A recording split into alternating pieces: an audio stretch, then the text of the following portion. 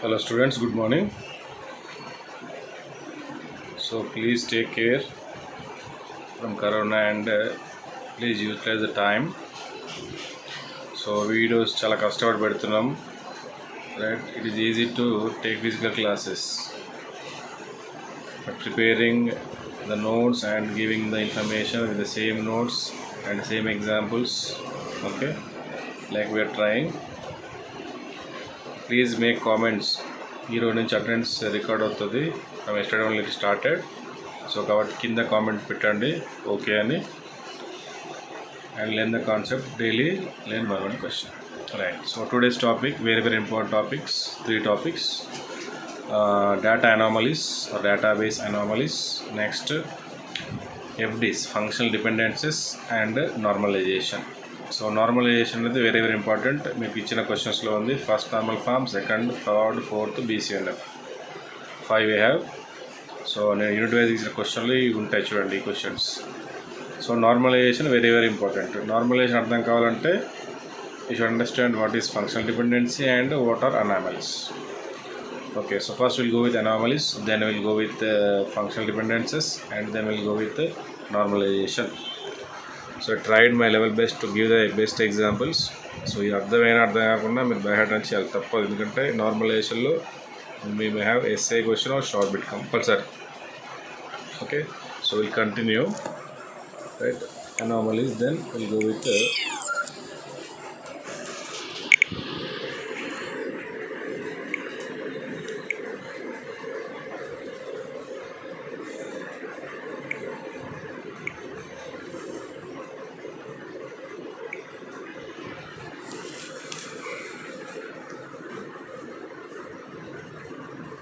so first we have data anomalies. Data anomalies ante enti? Anomalies are the problems that occur in poorly planned unnormalized databases. So databases lo unde problems ni anomalies anta.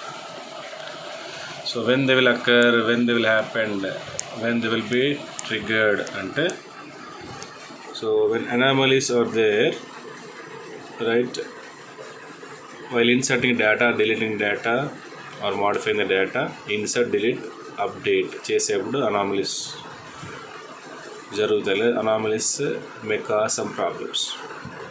The anomalies are the problem that occur in poorly planned unnormalized data. So normalization అంటే it's a process. Unnormalized అంటే poor design of the database tables or databases, right? So the normal form తీసుకురావాలి, right? Okay, next, an anomaly is an inconsistency between one part of the data and another. So inconsistency, ambiguity అనుకోవచ్చు, లేదా data correct ఫార్మాట్లో store చేయకపోతే అది anomaly. ఎన్ని రకాలు ఉంటాయి anomalies? Insertion anomaly, delete anomaly, update are modification anomaly. So insert చేసినప్పుడు వచ్చే anomaly. The nature of database ఏంటి? ఫస్ట్ ఇన్సర్షన్ అంటే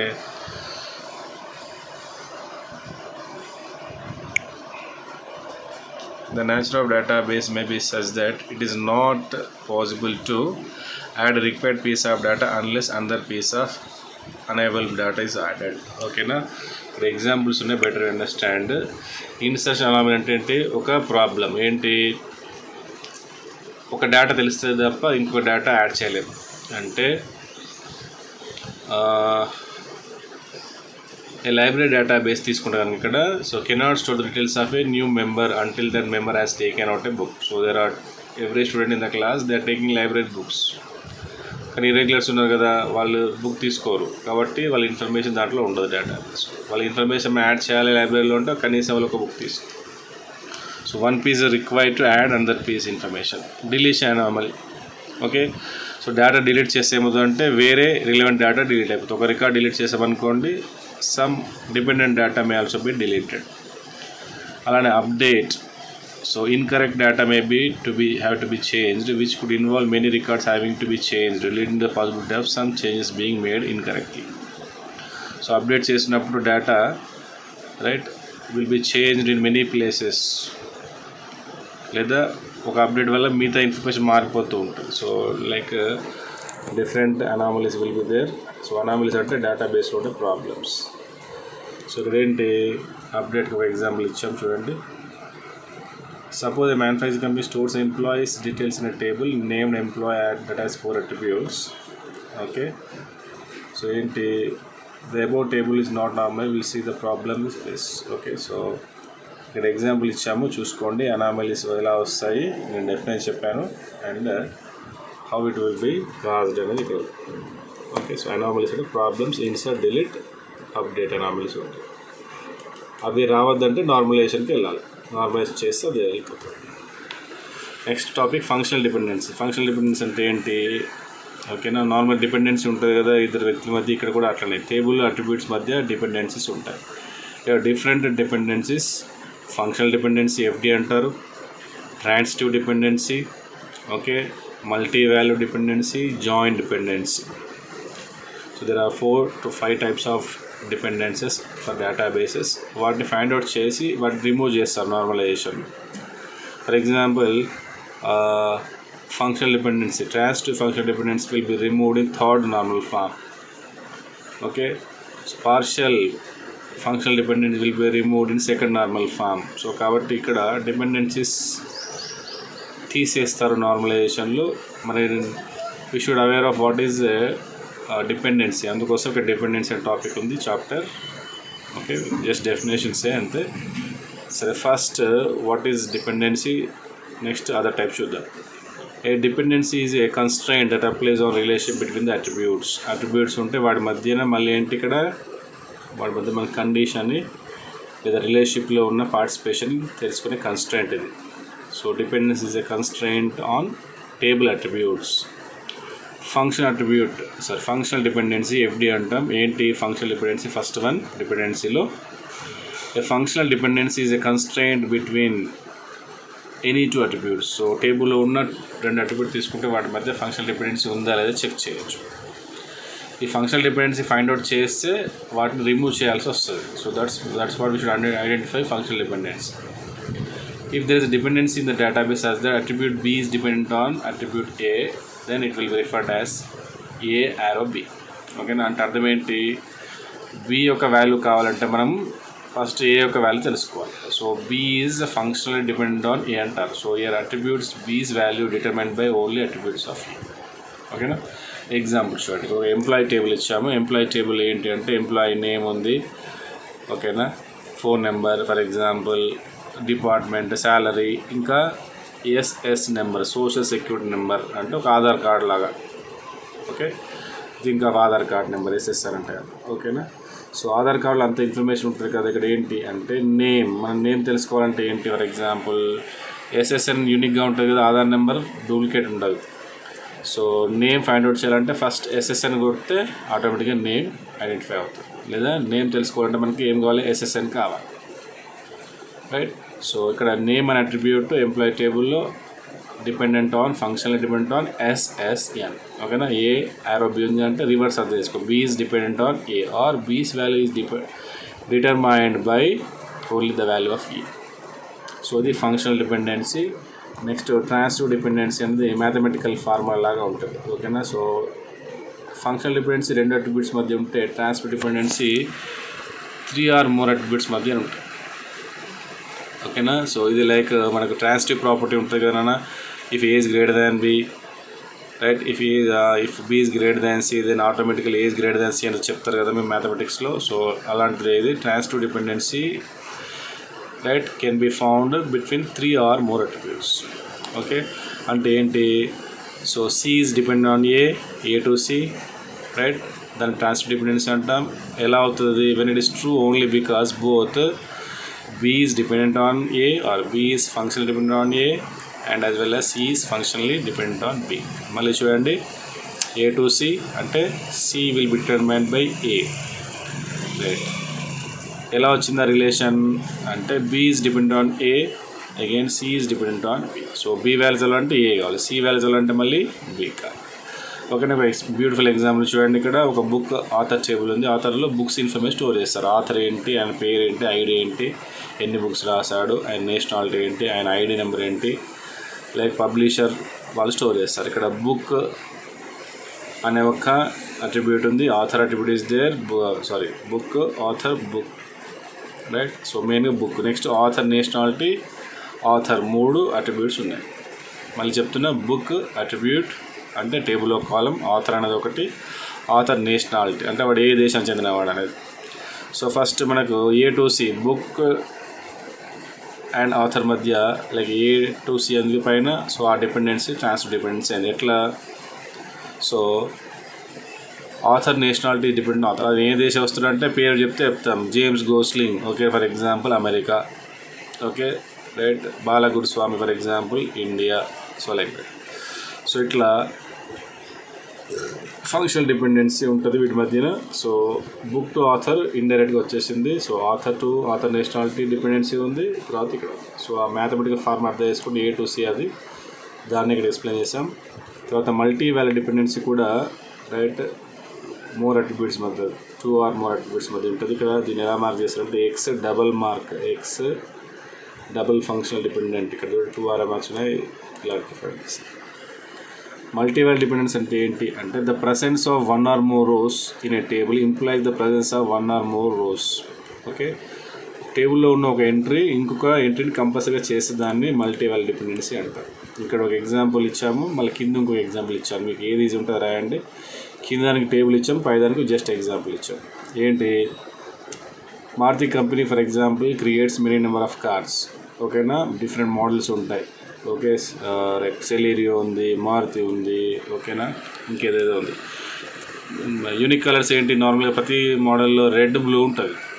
ఓకేనా, వాడు ఏ తయారు చేసినా కూడా, ఏ మోడల్ ఏ కార్ చేసినా కూడా బ్లూ రెడ్ కంపల్సరీగా వేస్తాం. ఇంకా డిఫరెంట్ కలర్, చాక్లెట్ కలర్ కానీ బ్లాక్ కానీ అట్లా. బట్ కామన్ కలర్స్ ఏంటి, రెడ్ గ్రీన్ అనుకుందాం, లేదా రెడ్ బ్లూ. ఓకే, సో ఇక్కడ ఏమి ఇచ్చాము అంటే there is a multi dependency red and blue అని ఇచ్చాడు. సో ప్రతి మోడల్ రెడ్ బ్లూ ఎంట్రీ ఉంటుంది ప్రతి టేబుల్. రెడ్ ఎంట్రీ అయిందంటే ఆటోమేటిక్గా అదే మోడల్లో డేటాబేస్ ఎంట్రీలో బ్లూ కలర్ కార్ కూడా ఉండాలి, బ్లూ అనే కలర్ కూడా ఉండాలి. మారుతి 800 ఓకే, రెడ్ ఉంటే ఆటోమేటిక్గా ఇమీడియట్గా ఏమొస్తుంది, బ్లూ. సో రెడ్ వచ్చిందంటే బ్లూ వస్తుంది. సో అలాంటి ఇంకొక డిపెండెన్సీ ఇచ్చాము ఇక్కడ, ఇంకో example. So multiple sports persons, there are persons who are participating multiple sports. ఓకేనా, అంటే ప్రతి స్పోర్ట్కి ఏం చేయాలి, మళ్ళీ ఒక న్యూ కాలమ్ ఇన్సర్ట్ చేయాల్సి వస్తుంది. వాలీబాల్ రవి ఆడతాడు, వాలీబాల్ సాకర్ ఆడతాడు, సాకర్ ఆడతాడు రవి, వాలీబాల్ ఆడతాడు. బెత్ టెన్నిస్ ఆడతాడు, బెత్ సాకర్ ఆడతాడు. కాబట్టి ప్రతి స్పోర్ట్స్కి ఏం చేస్తారంటే మళ్ళీ న్యూ ఇన్సర్ట్ చేయాల్సి వస్తుంది. రవి పేరుతో ఒకటి వస్తుంది, ఈ ఎగ్జాంపుల్ మాత్రమే. సో ఫంక్షనల్ డిపెండెన్సీ ఇలా ఉంది ఇక్కడ. Student name, major, student name, sports. ఈ డిపెండెన్సీ ఏమంటారంటే మల్టీవాల్యూ డిపెండెన్సీ అంటారు. ఓకేనా, జాయింట్ డిపెండెన్సీ అంటే ఏంటి అంటే ఇది ఒక ఒరిజినల్ టేబుల్. జాయింట్ డిపెండెన్సీ అంటే ఏంటి అంటే రివర్స్ ప్రాసెస్. అంటే చిన్న చిన్న టేబుల్ తీసుకొచ్చి మళ్ళీ పెద్ద టేబుల్ కన్స్ట్రక్ట్ చేసుకోవాలి మనం. ఓకేనా, సో 4 టేబుల్స్ ఉన్నాయనుకోండి, వాటిని మళ్ళీ మనం మెర్జ్ చేస్తే ఒరిజినల్ టేబుల్ రావాలి, దాన్ని జాయింట్ డిపెండెన్సీ అంటారు. If a table is recreated by joining multiple tables and each of this table have a subset of attributes. మరి అట్రిబ్యూట్స్ కూడా సేమ్ ఉండాలి, ఇష్టం ఉన్నట్టు ఉండకూడదు. ఓకే, సో అలాంటి డిపెండెన్సీని జాయింట్ డిపెండెన్సీ అంటాం. అంటే మెయిన్ టేబుల్ సబ్ టేబుల్స్ మీద డిపెండ్ అయ్యి ఉంది కన్స్ట్రక్షన్లో. జనరల్ నార్మలైజేషన్లో పెద్ద టేబుల్ని చిన్న చిన్న టేబుల్ కన్వర్ట్ చేస్తారు. Big table, large table will be split into small tables. Okay, decompose అయితే ఇక్కడ రివర్స్, చిన్న చిన్న టేబుల్స్లోంచి పెద్ద టేబుల్ మనం కంపోజ్ చేసుకోవచ్చు, రివర్స్ ప్రాసెస్. ఇక్కడ ఏంటి అంటే ఆ టేబుల్ అట్రిబ్యూట్స్ అన్నీ సేమ్గా ఉండాలి, మళ్ళీ డిఫరెంట్గా ఉండకూడదు. సో ఎగ్జాంపుల్ ఇచ్చాను, ఎంప్లాయీ టేబుల్లో నుంచి ఎన్ని టేబుల్స్ వస్తాయంటే employee skills table, employee job table వస్తుంది, జాబ్ స్కిల్స్ టేబుల్ వస్తుంది. ఓకేనా, సో ఈ 3 టేబుల్స్ కలిపి మనకు ఒరిజినల్ ఎంప్లాయీ టేబుల్ వస్తుంది. సో దాన్ని ఏమంటారంటే dependency of type join. Right, so ఇక్కడ వరకు ఆ 2 క్వశ్చన్లు ఫంక్షనల్ డిపెండెన్సీస్ అండ్ ఇంకోటి ఏంటి ఫంక్షనల్ డిపెండెన్సీ అండ్ అనామలీస్. ఓకేనా, నోట్స్ మంచి క్లియర్గా 2 సార్లు 3 సార్లు చదవండి, క్లియర్ అర్థమవుతుంది. Still you have doubt you can ask. Okay, so normalization చాలా ఇంపార్టెంట్. నార్మలైజేషన్లో యాక్చువల్గా 7 నార్మల్ ఫామ్స్ ఉంటాయి, మనకు 5 నార్మల్ ఫామ్స్ ఉన్నాయి. Only we have 5 normal forms. Okay, ఏంటి 5 normal forms? First normal, second normal form, NF అంటారు ఇక్కడ normal form, 1NF, 2NF, 3NF, BCNF. Okay 4 ఉన్నాయి మనకి, సారీ రైట్. ఇంకేమి ఉంటాయి వీటితో పాటు 1NF 2NF 3NF BCNF 4th normal form 5th normal form. Okay so ఎన్నైనా 1NF 2NF 3NF 4NF 5NF సరే 7 కాదు 6 నార్మల్ ఫామ్స్. మనకి BCNF వరకు ఉంది, 1 2 3 ఉంది, first normal form, second normal form, third normal form, next BCNF Boyce Codd normal. Boyce Codd అనే scientist starting చెప్పుకున్నాం, ఈయన రిలేషనల్ డేటా మోడల్ గురించి ఇంట్రొడ్యూస్ చేస్తుందని చెప్పి మనం డిస్కస్ చేస్తాం. ఓకే సో హియర్ ప్రతి నార్మలైజేషన్ రైట్ సపరేట్ చదువుకోండి. 1 2 సపరేట్ చదవండి, లేదా 1 2 టుగెదర్, 3 అండ్ BCNF టుగెదర్ చదవండి. ఫస్ట్ నార్మలైజేషన్ రాయాలి, డెఫినేషన్, పర్పస్ రాయాలి, డయాగ్రామ్ ఉంటుంది, తర్వాత వాట్ యూఆర్ రైటింగ్ లేదా 1NF 2NF or any other. ప్రతి NF ఒక ప్రిన్సిపల్ ఉంటుంది, ఒక రూల్ అప్లై చేయాలా, రూల్. ఓకే ఏంటి ఆ రూల్? ఫర్ ఎగ్జాంపుల్ 1NFలో మల్టీ వాల్యూడ్ అట్రిబ్యూట్స్ ఉండకూడదు, అంటే ఒక అట్రిబ్యూట్లో ఒక కాలంలో ఒక వాల్యూ మాత్రం ఇవ్వాలి. స్పోర్ట్స్ ఇంతకుముందులాగా నేను వాలీబాల్ ఆడితే చెస్ ఆడతా, రెండు ఒకటి ఎంటర్ చేయకూడదు, ఏదో ఒకటి ఎంటర్ చేయాలి. సో అట్లా ఒక రూల్ ఉంటుంది. So that principle you have to state and issue. Okay so I continue with normalization continue చేస్తున్నాను నేను. Okay so please take care. Normalization చాలా చాలా ఇంపార్టెంట్. నార్మలైజేషన్ అంటే ఏంటి చూద్దాం. పర్పస్. నార్మలైజేషన్ అంటే ఏంటి సార్?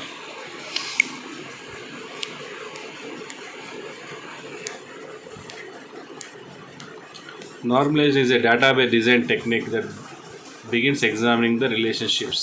So relationships అంటే అట్రిబ్యూట్ అనే రిలేషన్షిప్ని ఇది ఎగ్జామిన్ చేస్తారు, ఎలా అట్రిబ్యూట్స్తో తీసుకొని. ఇంకా ఫంక్షనల్ డిపెండెన్స్ ఉన్నాయి ఐడెంటిఫై చేసి వాటిని రిమూవ్ చేయాలి. It is a database design. First of all normalisation అంటే ఏంటి? Database design technique. Introduction, definition కాదు. Next normalisation uses series of test described as normal form. ఇప్పుడు చెప్పాం కదా, ఫస్ట్ 1NF చేస్తారు, 2NF 3NF ఇట్లా మొత్తం డేటాబేస్ డిజైన్ చేస్తారు. సో సిరీస్ ఆఫ్ టెస్ట్ ఉంటాయి, నార్మల్ ఫార్మ్స్ లైక్ 1 2 3. డెఫినేషన్ ఏంటి? Normalization is the process of organizing data in the database. Okay normalization is the process of organize the data in a database. So data organizing model లేదా process. Correct definition: it is a process or it is step by step decomposition or decomposing of large tables to small by eliminating data redundancy. Redundancy లేకుండా మనం ఏం చేయాలి? ఇంత చెప్పా కదా, joint డిపెండెన్సీలో జాయిన్లో revert చేస్తాం, చిన్న చిన్న టేబుల్స్తో పెద్ద టేబుల్ వస్తుంది. ఇక్కడ పెద్ద టేబుల్స్ ఉంటే వాటిని చిన్న చిన్న టేబుల్ చేసుకోవాలి. Okay student table, library table మన ఎగ్జాంపుల్లో రైట్, ఎగ్జామ్ టేబుల్, వాటిని మళ్ళీ చిన్న చిన్న టేబుల్గా స్ప్లిట్ చేయాలి. ఎందుకు సార్ మరి స్ప్లిట్ చేయాలి అంటే డిపెండెన్సీస్ రిమూవ్ చేసుకోవాలి, అనామలీస్ ఉండవు అప్పుడు, తర్వాత స్టెప్ బై స్టెప్ డికంపోజిషన్ వల్ల డేటా రిడెండెన్సీ తగ్గుతుంది. Okay so normalization is a step by step decomposition of large tables into small tables. ఎందుకు అంటే డేటా రిడెండెన్సీ కోసం. సో సెకండ్ది యాక్చువల్ డెఫినేషన్, ఫస్ట్ కూడా కరెక్టే డెఫినేషన్, పైన ఇంట్రడక్షన్. ఇక్కడ అడ్వాంటేజ్ ఆఫ్ నార్మలైజేషన్ లేదా పర్పస్ ఆఫ్ నార్మలైజేషన్, ఎందుకు ఇది వాడాలి నార్మలైజేషన్? మరి ఇది రిలేషనల్ మోడల్లో ఇది ఒక కంపల్సరీ ప్రిన్సిపల్, కార్డ్ చెప్పే ప్రిన్సిపల్స్లో ఏంటి? ఫస్ట్ మనం the minimal number of attributes necessary. దీనివల్ల మనకు అవసరమైన అట్రిబ్యూట్స్ మాత్రమే టేబుల్లో తీసుకుంటాం, అక్కరాని తీసేసుకోవచ్చు. నెక్స్ట్ సెకండ్ ఏంటి? Attributes with a close logical relationship. So FDs ఏమేమైనా ఫైండ్ అవుట్ చేసి మ్యాక్సిమం ఎఫ్డీస్ తీసేస్తాం.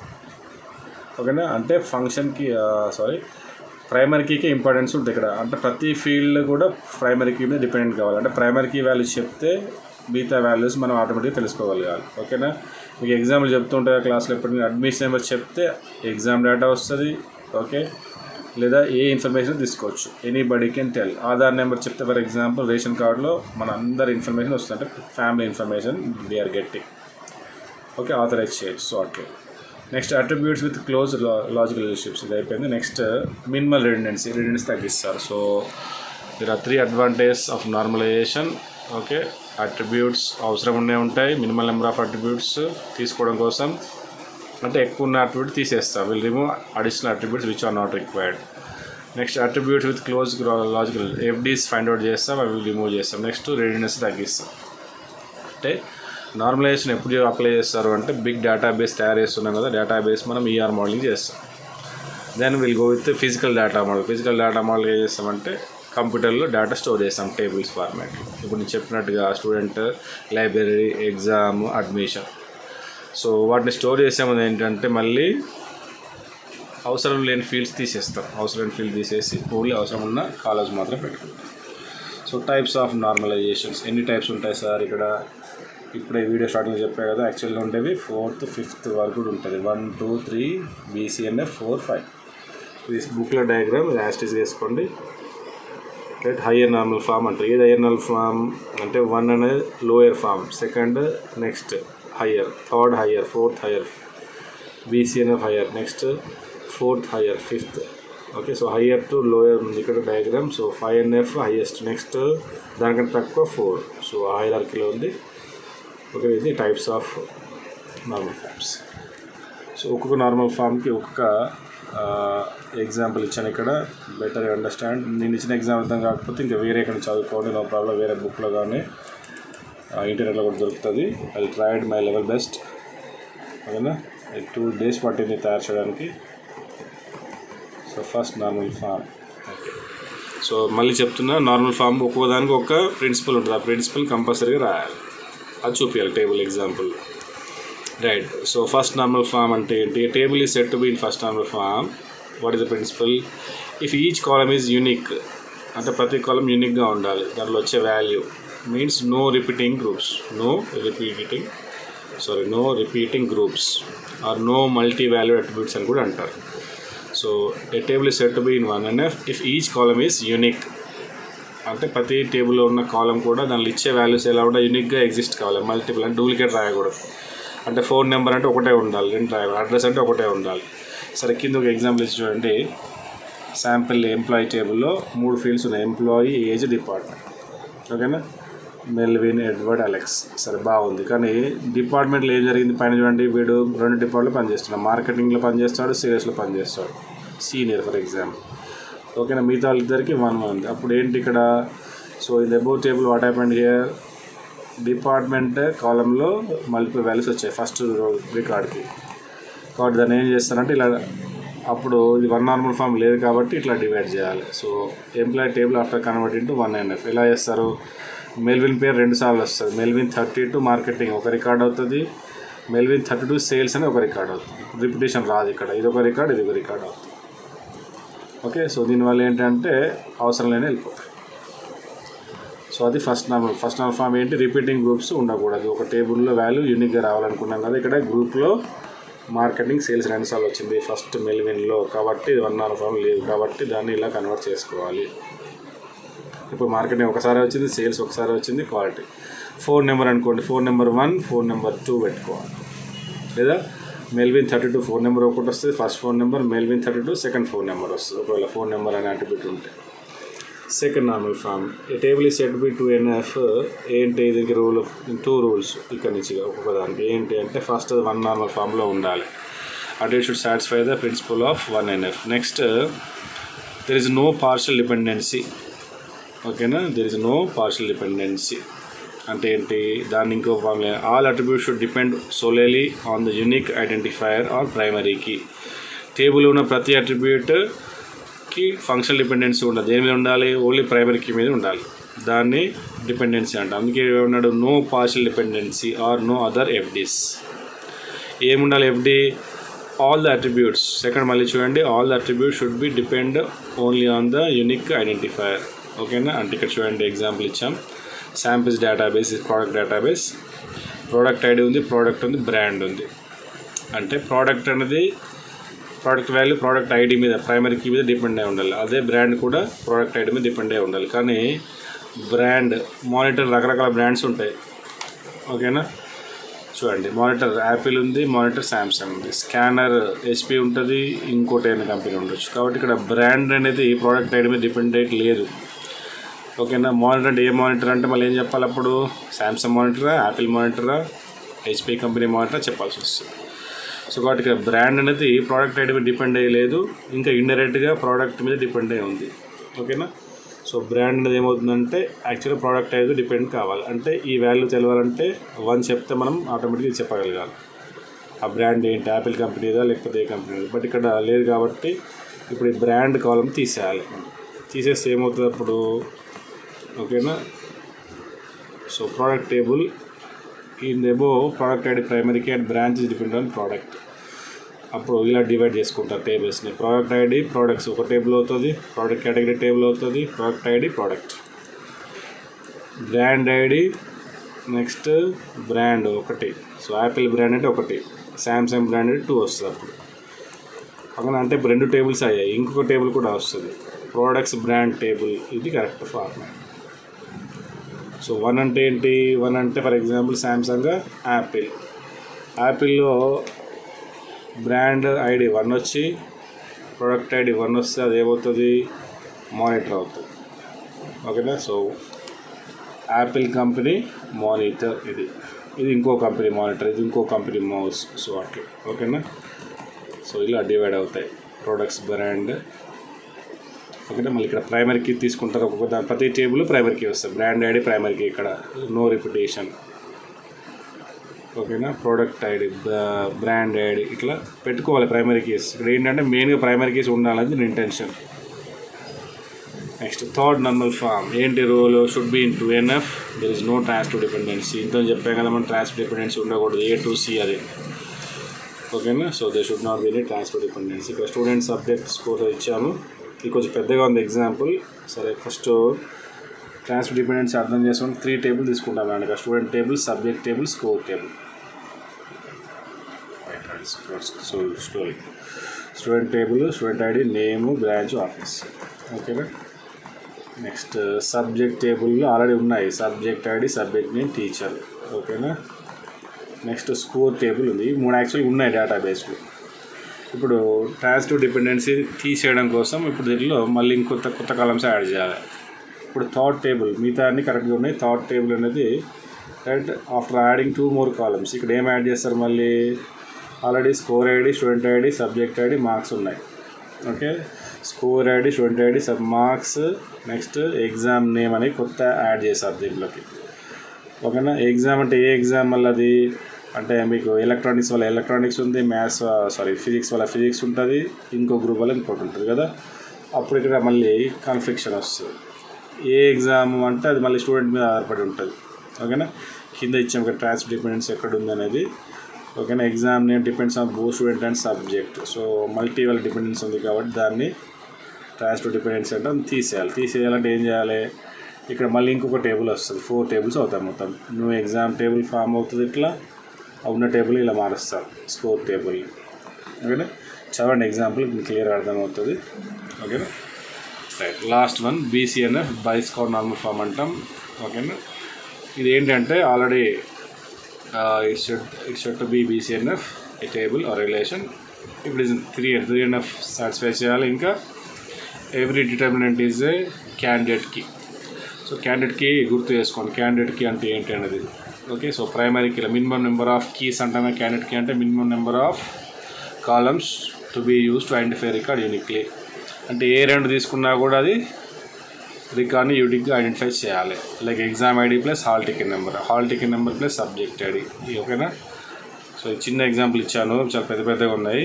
సో ఇలా అర్థం చేసుకుంటే డేటా రాసుకోండి, డేటా ఫిల్ చేయాలి. అక్కడ ఎగ్జామ్ ఐడి రిపీట్ కావద్దు, హాల్ టికెట్ నెంబర్ రిపీట్ కాదు, సబ్జెక్ట్ ఐడి రిపీట్ కాదు. దీంట్లో ఏ 2 తీసుకున్నా కూడా మనకు ప్రైమరీ కీ రోల్ సర్వ్ చేస్తారు. ఓకేనా. సో ఇది normal forms. So normal forms, dependencies, anomalies అయిపోయింది. రైట్. మీకు ఏమైనా డౌట్స్ ఉంటే పోస్ట్ చేయండి. Only 1 girl has asked 1 doubt. ఓకేనా. సరే ఈ నార్మల్ ఫామ్ ఈ నోట్స్ అయితే బాగా చదవండి, మళ్ళీ చదవండి, ఈజీగా అర్థమవుతుంది. Please make comments. ప్రతిరోజు చెప్తున్నాం, కామెంట్ చేస్తలేరు. మీరు కామెంట్ పెట్టకపోతే ఈరోజు క్లాస్ వినట్టే ఆప్షన్ పెడతాం. ప్రాక్టికల్ మార్క్స్ తగ్గిస్తాం, ఇంటర్నల్ మార్క్స్ తగ్గిస్తాం. ఓకేనా. Right. I'll continue with the transactions chapter. ఇక్కడ వరకు 3rd unit అయిపోయింది. I'll go with 4th unit, next topic on this. Right. Bye.